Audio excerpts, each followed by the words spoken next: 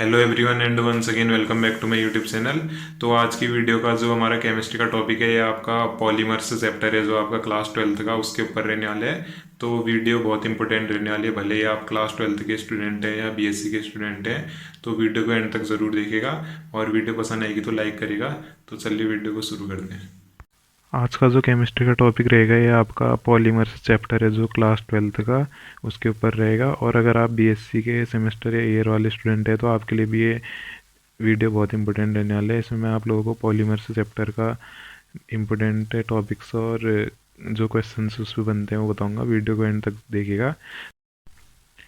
तो अगर हम पॉलीमर की डेफिनेशन बोलें तो पॉलीमर आपका क्या होता है, large single chain like molecules की आपकी यूनिट रहती है जो आपकी रिपीट करते रहती है पॉलीमराइजेशन प्रोसेस से। और मोनोमर्स जैसे आपका ये मोनोमर है विनाइल क्लोराइड, ये आपका मोनोमर है और ये पॉलीमराइजेशन प्रोसेस से आपका पॉलीमर फॉर्म हो जा रहे हैं। पॉलीमर किसका फॉर्म हो रहा है, पॉलीविनाइल क्लोराइड, पीवीसी भी आप इसको बोलते हैं, पॉलीविनाइल क्लोराइड। ये आपके बहुत सारी यूनिट है। अगर हम इसको ऐसे दिखाएं तो जैसे एन आपका मोनोमर है, नंबर ऑफ मोनोमर की यूनिट है, ये आपका पॉलीमराइजेशन हो रहा है। इसमें पॉलीमराइजेशन प्रोसेस से क्या हो जाएगा आपका एन, ये आपका पॉलीमर फॉर्म हो जाएगा। तो ये आपका पॉलीमर से मोनोमर्स के पॉलीमराइजेशन से फॉर्म होता है। और आपकी लार्ज यूनिट रहेगी सिंगल चेन लाइक मॉलिक्यूल की जो रिपीट होती रहेगी। ये आपके मोनोमर से रिपीट होते रहेंगे तो पॉलीमर फॉर्म करेंगे। तो अगर हम मैंने आपको एग्जांपल से बताया मोनोमर से पॉलीमर फॉर्म होता है आपका पॉलीमराइजेशन प्रोसेस से। अगर पॉलीमर की हम डेफिनेशन बोलना चाहे तो पॉलीमर आपका एक large single chain like molecule की यूनिट होती है जो आपकी रिपीटिंग यूनिट होती है, डिराइव्ड होती है आपकी स्मॉल मॉलिक्यूल्स से, जिसको हम मोनोमर कहते हैं। तो मोनोमर को अगर हम रिपीट करते रहेंगे इनकी रिपीटिंग यूनिट से, सिंगल चेन लाइक आपका मॉलिक्यूल फॉर्म होगा जो आपका कोवलेंटली लिंक्ड होगा, इसको हम पॉलीमर कहेंगे। और इसको आप और ब्रीफली बताएंगे, इसका आपका हाई मॉलिकुलर वेट रहता है। ये इसका एक और पॉइंट हो गया, क्योंकि हाई मॉलिकुलर वेट रहेगा इसमें रिपीटिंग यूनिट आ जा रही ना मोनोमर्स की, हाई मॉलिकुलर वेट। और एग्जांपल मैंने बता ही दिया आपको। इसमें आपके दो टाइप के पॉलीमर्स आते हैं। एक आता है नेचुरल पॉलीमर जो आपका नेचर से डिराइव होगा। जैसे नेचुरल पॉलीमर के आपके एग्जांपल हो जाएंगे रबर, पॉलीसेकेराइड। पॉलीसेकेराइड मतलब आपके शुगर मॉलिक्यूल पॉलीसेकेराइड हो गए। और दूसरा आपका क्या आता है, सिंथेटिक पॉलीमर। सिंथेटिक पॉलीमर क्या होते हैं आपके लेबोरेटरी में और सिंथेटिकली आपके डिराइव होते हैं, इनको हम सिंथेटिक पॉलीमर कहेंगे। तो सिंथेटिक पॉलीमर जैसे आपके एग्जांपल हो जाएंगे इसके पॉलीइथीन और पीवीसी। पीवीसी मैंने आपको एक्सेट्रा अभी और बताऊंगा इसके बारे में। पीवीसी जैसे विनाइल क्लोराइड था, ये विनाइल क्लोराइड, इसका हमने पॉलीमराइजेशन करा, आपका पॉलीविनाइल क्लोराइड पीवीसी आपका फॉर्म हो गया। तो ये आपके पॉलीमर्स की सिंपल डेफिनेशन होगी। और अब हम आते हैं पॉलीमराइजेशन प्रोसेस पे। अब आपका अब आपका एक आता है पॉलीमराइजेशन प्रोसेस। तो पॉलीमराइजेशन प्रोसेस क्या होती है आपकी, एक स्पेसिफिक प्रोसेस जिसमें large number of small molecules है जिनको हम मोनोमर कहते हैं। विनाइल क्लोराइड मोनोमर, ये पॉलीमराइजेशन हो जाके पॉलीमराइजेशन प्रोसेस से आपका पॉलीमर फॉर्म हो रहा है। तो polymerisation process it is a specific process, एक प्रोसेस जिसमें large number of small molecule जो मोनोमर के स्मॉल मॉलिक्यूल हैं वो कॉम्बाइन करते हैं, पॉलीमर्स से फॉर्म करते हैं। एक स्पेसिफिक कंडीशन रहेंगी आपकी टेम्परेचर की, प्रेशर की और कैटेलिस्ट की। तो पॉलीमर्स के अंदर हमारा एक और टाइप आता है कोपॉलीमर्स। तो कोपॉलीमर्स से क्या होगा, ये आपका डिराइव होते हैं two types of different monomers, derived from two different type of monomer. इसमें दो डिफरेंट टाइप के आपके मोनोमर प्रेजेंट रहेंगे, टाइप्स ऑफ मोनोमर। इनको मैं एग्जांपल इसके बाद में ब्रीफली बताऊंगा, ये बहुत इंपॉर्टेंट है आपके। ब्यूना एन और ब्यूना एस, ये आपके पॉलीमर रहेंगे एक्सेट्रा। और बायोपॉलीमर से एक और आपका आता है पॉलीमर्स का टाइप। तो बायोपॉलीमर्स में क्या होता है आपके बहुत सारे आपके बायोमोलिक्यूल्स को हम बायोपॉलीमर्स कहते हैं, बायोमोलिक्यूल्स। ये भी आपका एक इम्पोर्टेंट यूनिट और चैप्टर कह सकते हैं बायोमोलिक्यूल्स। तो इसमें क्या आते हैं आपके कार्बोहाइड्रेट, बीएससी में हो, 12th में हो, 11th में हो, ये मोस्ट इम्पोर्टेंट है। कार्बोहाइड्रेट, प्रोटीन, बायोमोलिक्यूल्स के अंदर आते हैं, और इनको हम कहेंगे कार्बोहाइड्रेट, प्रोटीन्स, और जितने भी आपके बायो मॉलिक्यूल्स हैं इनको हम कहेंगे पॉलीमर्स। तो ये बायोलॉजिकल प्रोसेस में हेल्पफुल होते हैं, तब इनको बायोपॉलीमर्स। और अब हमारा आ जाता है एडिशन पॉलीमर। तो पॉलीमर जो आपके रिपीटिंग यूनिट से फॉर्म होते हैं उनके एडिशन से, तो उसको हम एडिशन पॉलीमर कहते हैं। जैसे आपका एग्जांपल ले सकते हैं आप, पॉलीथीन। पॉलीथीन तो सबको पता होगा, तो इसको हम दिखाना चाहें तो NCH2 डबल बॉन्ड CH2, ये आपका ईथीन है, डबल बॉन्ड वाला एल्कीन, इसको हम मोनोमर कहेंगे। तो मोनोमर आपका पॉलीमराइजेशन हो जाके, मैंने आपको बताया पॉलीमराइजेशन प्रोसेस में कैटलिस्ट आपका इसमें ऑक्सीजन रहेगा, और टेम्परेचर आपका 200 डिग्री सेल्सियस, और अगर प्रेशर की भी ज़रूरत है तो प्रेशर भी यूज़ करेंगे। तो आपका पॉलीइथाइलिन फॉर्म हो जाएगा, CH2 सिंगल बॉन्ड CH2 और N यूनिट है, तो हम इसको क्या कहेंगे, पॉलीइथाइलिन, और इसको हम पॉलीथीन भी कहते हैं सिंपली। तो ये आपका पॉलीमर बन गया, एडिशन पॉलीमर।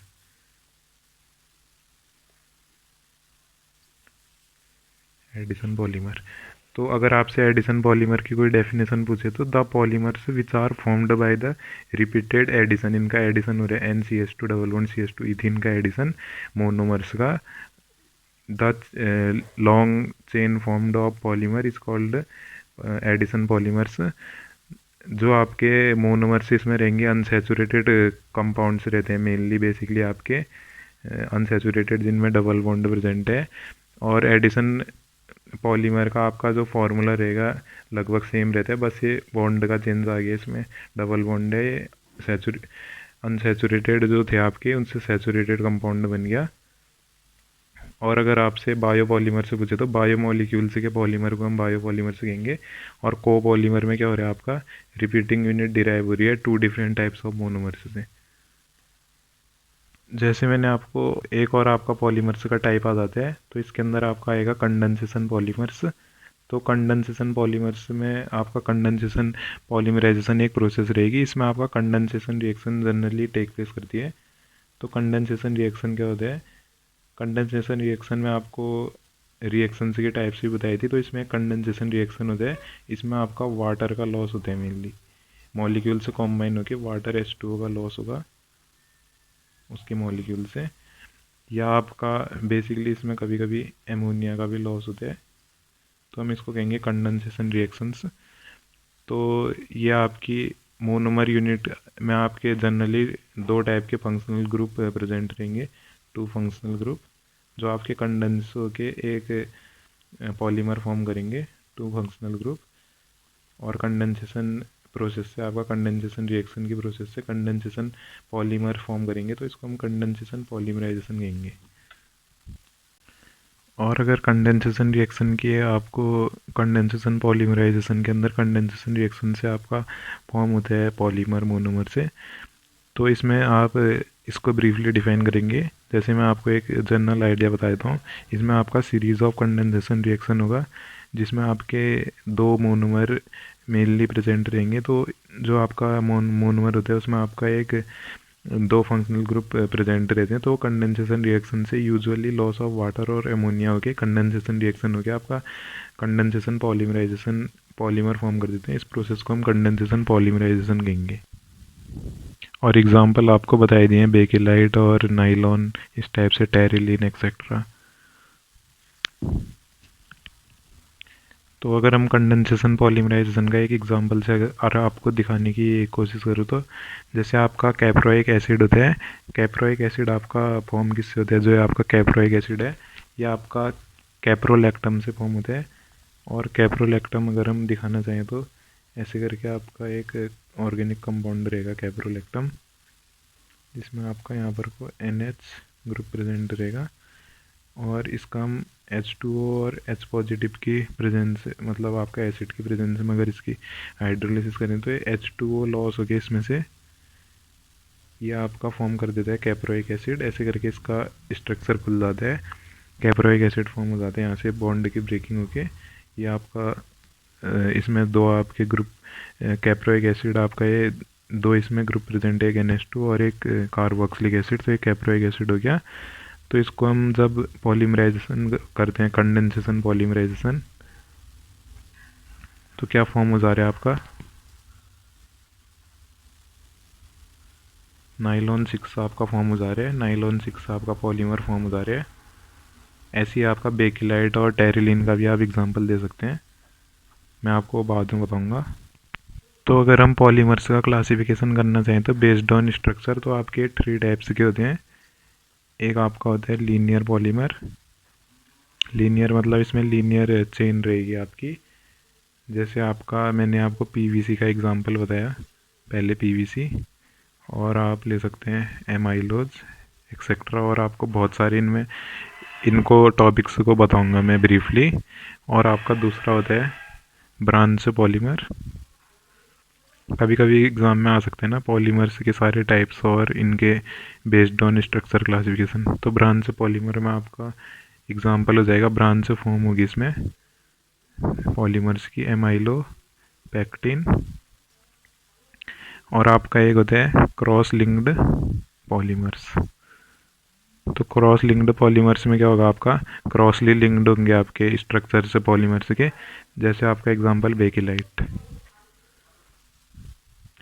तो अगर हम पॉलीमर्स का क्लासिफिकेशन करना चाहें बेस्ड ऑन इंटरमोलिकुलर फोर्सेस, तो जिस टाइप का आपका इंटरमोलिकुलर फोर्स प्रेजेंट है आपका पॉलीमर्स के बीच में, उसमें अगर हम क्लासिफिकेशन करें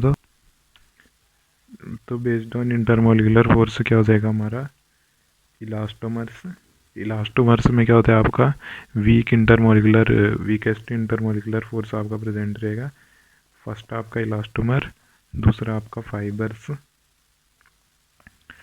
तीसरा आपका थर्मोप्लास्टिक, मोस्ट इम्पोर्टेंट टर्म है आपके थर्मोप्लास्टिक, और चौथा आपका थर्मोसेटिंग प्लास्टिक। तो अगर हम इलास्टोमर्स को डिफाइन करना चाहें तो इलास्टोमर्स आपके क्या होंगे, the polymers which are bind by weakest intermolecular force, which are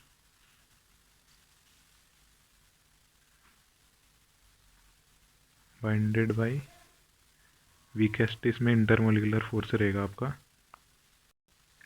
तो इसमें क्या होता है, वीकेस्ट इंटरमोलिकुलर फोर्स जो रहता है ये इसको वो बनाते हैं स्ट्रेचेबल, स्ट्रेचेबल बनाएगा इसको।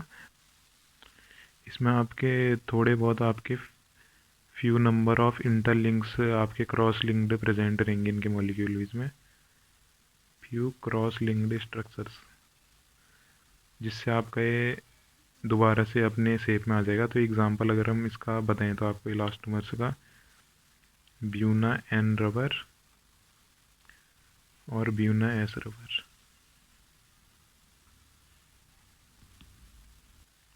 तो हम इसको ब्यूना एन रबर और ब्यूना एस एन रबर क्यों कह रहे हैं, ब्यूना एस एस इसमें आपका स्टाइरिन को डिनोट करता है, ब्यूना एस रबर। तो जो इसके मोनोमर्स होंगे इसमें दो डिफरेंट टाइप के, एक आपका होगा 1,3 butadiene CH2 double bond CH double bond CH2। तो ये आपका क्या होगा, एक आपका 1 पोजीशन पे और आपका 3 पोजीशन पे इसमें डबल बॉन्ड है, तो हम इसको कहेंगे 1,3 डाई 1,3 ब्यूटाडाइन। तो एक मोनोमर इसका ये हो गया, और एक दूसरा मोनोमर इसका स्टाइरिन हो जाएगा। ये आपका चेन वाला, ये साइक्लिक चेन वाला structure CH double bond CH, इसमें बॉन्ड इसकी तरफ टूटेगा तो यहाँ पॉजिटिव या नेगेटिव, ये स्टाइरिन। तो इससे क्या होता है आपका ब्यूना एस रबर फॉर्म होता है, तब इसको हम ब्यूना एस रबर कहते हैं, स्टाइरिन इसमें प्रेजेंट है। और आपका ब्यूना एन रबर में क्या हो रहा है, एन रबर में आपका एक तो 1,3 ब्यूटाडाइन रहेगा CH2 double bond CH, single bond CH double bond CH2। तो इसमें भी ये डबल बॉन्ड टूटेंगे आपका एक कार्बन की तरफ, 1,3 ब्यूटाडाइन। और इसमें दूसरा स्ट्रक्चर क्या रहता है आपका ब्यूना एन रबर में CH एक्राइलोनाइट्राइल, इसको हम एक्राइलोनाइट्राइल कहते हैं। इसमें आपका CN ग्रुप प्रेजेंट रहेगा, तो ये आपका हो गया एक्राइलोनाइट्राइल, नाइट्राइलिक ग्रुप है, N है इसमें। तो इससे हम ब्यूना एन रबर बनाते हैं। तो ब्यूना एन रबर का structure CH2 CH double bond CH single bond CH2 फिर CH, ये दोनों प्लस हो जा रहे हैं, 1 2 3 4 1 2 3 4, ज़्यादा कुछ नहीं है, बस ये इन दोनों को प्लस कर देना और डबल बॉन्ड हटा देना, यहाँ पर को आ जाएगा डबल बॉन्ड और CH2N, ये आपका क्या हो गया, ब्यूना एन रबर। तो इनके आप इस डेफिनेशन भी बता सकते हैं कि ब्यूना एस रबर में क्या हो रहा है आपका, वैन 1,3 ब्यूटाडाइन, जब आपका 1,3 ब्यूटाडाइन और स्टाइरिन, ये आपका स्टाइरिन स्ट्रक्चर, स्टाइरिन जब आपका कॉम्बाइन कर रहे हैं एक साथ और फॉर्म कर रहा है आपका एक कोपॉलीमर। मैंने आपको बताया कोपॉलीमर में आपके दो डिफरेंट मोनोमर प्रेजेंट रहते हैं, कोपॉलीमर आपका फॉर्म कर रहे हैं, तो हम इसको कहते हैं ब्यूना एस रबर या SBR भी कहते हैं, ऐसे करके आप इसकी डेफिनेशन।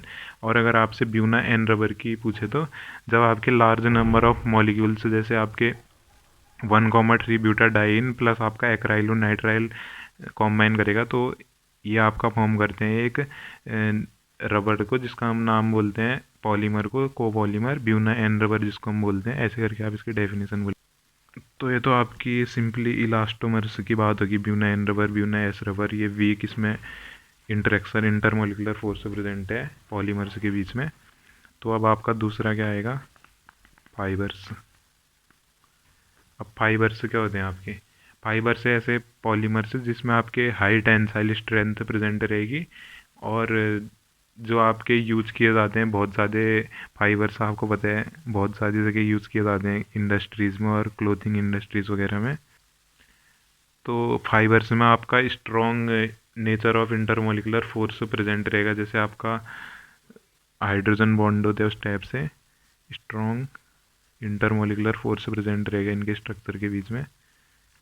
इलास्टोमर में तो क्या है आपका, इलास्टोमर जो मैंने बताया वीक हो रहा है इसमें फोर्स, वीकेस्ट इंटरमोलिकुलर फोर्स, और फाइबर्स में क्या आपका स्ट्रॉन्गेस्ट इंटरमोलिकुलर फोर्स। और अगर हम फाइबर्स की डेफिनेशन, तो फाइबर्स की डेफिनेशन आप ऐसे कहेंगे, the polymers which containing the strongest nature of intermolecular force between the polymeric chain. और अगर आप इसको और ब्रीफली अगर डिफाइन करना चाहें तो आप बोल सकते हैं कि the fibres are used in making the which possess highest tensile strength, मतलब स्ट्रॉन्गेस्ट उसकी नेचर होगा उसका स्ट्रक्चर में। जैसे आपके हाइड्रोजन बॉन्ड होता है, स्ट्रॉन्गेस्ट आपका हाइड्रोजन बॉन्डिंग रहती है, और एग्जांपल आपका नाइलॉन 6 और नाइलॉन 6, और इनमें आपका क्लोज्ड पैकिंग ऑफ स्ट्रक्चर रहता है आपका इनके चेन्स के बीच में। तो और इनका एक और आप पॉइंट बोल सकते हैं, शार्प मेल्टिंग पॉइंट फाइबर्स का, शार्प मेल्टिंग पॉइंट इनकी स्ट्रक्चर आपको मैं बताऊँ। तो अब आपका एक और कैटेगरी आती है इलास्टोमर और फाइबर्स के बाद, जो थर्मोप्लास्टिक रहते हैं। थर्मोप्लास्टिक आपके मॉडरेट रहेंगे, मॉडरेट आपका इनका इंटरमोलिकुलर फोर्स रहेगा आपका फाइबर्स और इलास्टोमर्स के बीच में, तो हम इनको थर्मोप्लास्टिक्स कहते हैं। तो आप ऐसा बोलेंगे कि जो इंटरमोलिकुलर फोर्स है वो आपका इंटरमीडिएट रहेगा फाइबर्स और इलास्टोमर्स के बीच में। और जो आपके ये पॉलीमर्स रहते हैं, these polymers can be changed into desire shape, ये आपके these polymers can be changed, तो हम इसको किसी भी डिज़ायर्ड शेप में हम इसको चेंज कर सकते हैं। जब हम इसको हीट करते हैं तो ये आपके थर्मोप्लास्टिक हो जाएंगे, और इनमें आपका कोई क्रॉस लिंकिंग प्रेजेंट नहीं रहती है स्ट्रक्चर के बीच में, नो क्रॉस लिंकिंग पॉलीमर्स के बीच में। तो हम इसका एग्जांपल आपको जैसे अगर बताना चाहें तो पॉली इथाइलिन, ये आपका अलग से टॉपिक हैंगे सारे जितने मैं बता रहा हूँ, और पॉली स्टाइरिन इस टाइप के आपके एग्जांपल हो जाएंगे थर्मोप्लास्टिक्स के। अब आपका एक और क्लास आती है थर्मोसेटिंग प्लास्टिक। तो थर्मोसेटिंग प्लास्टिक आपके ऐसे पॉलीमर होंगे हाई मॉलिकुलर, मतलब तो अब आपकी एक और क्लास आती है इसमें पॉलीमर्स की, जिसको हम कहते हैं थर्मोसेटिंग प्लास्टिक्स। तो आपके थर्मोसेटिंग प्लास्टिक्स एक ऐसे पॉलीमर्स होते हैं जो आपके लो मॉलिकुलर मास या सेमी लिक्विड पॉलीमर्स से बनाए जाते हैं, जो अगर हीट करेंगे तो हम हार्ड या इनफ्यूजिबल मास फॉर्म कर देगा या इनसॉल्युबल मास। और इसमें आपका एक्सटेंसिव क्रॉस लिंकिंग प्रेजेंट रहती है स्ट्रक्चर्स के बीच में, जैसे आपकी 3D network of bond present रहेगा, जैसे आपका बेकेलाइट इसका एग्जांपल हो जाएगा। बेकेलाइट का स्ट्रक्चर में आपको तो थर्मोसेटिंग प्लास्टिक में क्या हो रहा है, आपका मोनो डाई और ट्राई हाइड्रोक्सी मिथाइलेटेड, आपका मिथाइलेटेड ग्रुप प्रेजेंट है। मोनो डाई या ट्राई हाइड्रोक्सी मिथाइलेटेड फिनॉल, यहाँ आपका एक मिथाइलेटेड स्ट्रक्चर भी हो सकता है। तो जब ये आपके कॉम्बाइन होते हैं तो ये आपका बेकेलाइट फॉर्म कर देते हैं।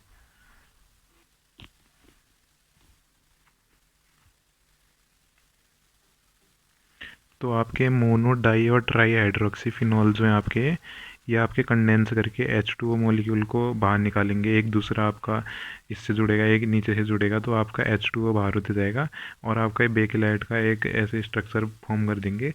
तो इसको हम कहते हैं थर्मोसेटिंग प्लास्टिक्स, और इनमें आपका एक्सटेंसिव क्रॉस लिंकिंग प्रेजेंट रहती है स्ट्रक्चर के बीच में। और ये आपके बहुत ज़्यादा इनसॉल्युबल हार्ड मास या इनफ्यूजिबल हार्ड मास फॉर्म कर देते हैं जब हीटेड किए जाते हैं। और इनके एग्जांपल बेकेलाइट वगैरह, इनको ब्रीफली मैं बाद में बताऊंगा। तो आज की पॉलीमर्स चैप्टर की वीडियो के लिए इतना ही, और मिलते हैं नेक्स्ट वीडियो में। और वीडियो को एंड तक देखने के लिए धन्यवाद।